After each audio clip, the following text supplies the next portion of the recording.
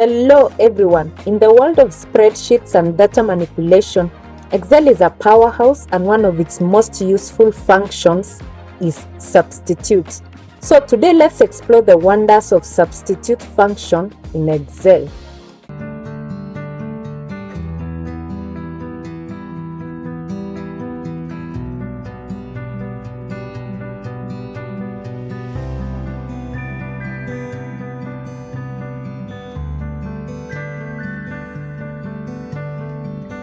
What is substitute?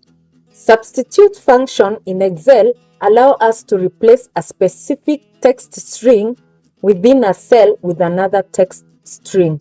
Okay, let's see how it works here. Let's say we want to change 1991 into 2000.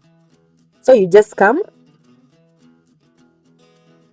type equal sign, then substitute.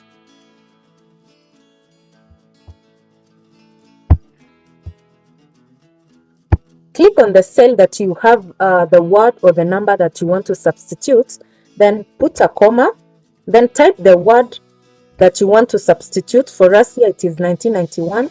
Then put the new word that you want to substitute it with, that is 2000 for us.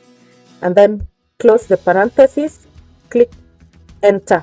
As you can see, it has changed 1991 into 2000. Okay, let's do another example.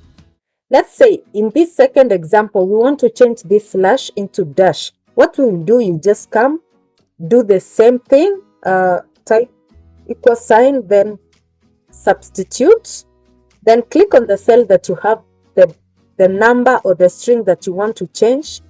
For us here, it is this slash. So what we will do, you just come, type a quotation mark, then type slash, then quotation mark again, put a comma, then put a quotation mark and put the dash that you want to substitute with.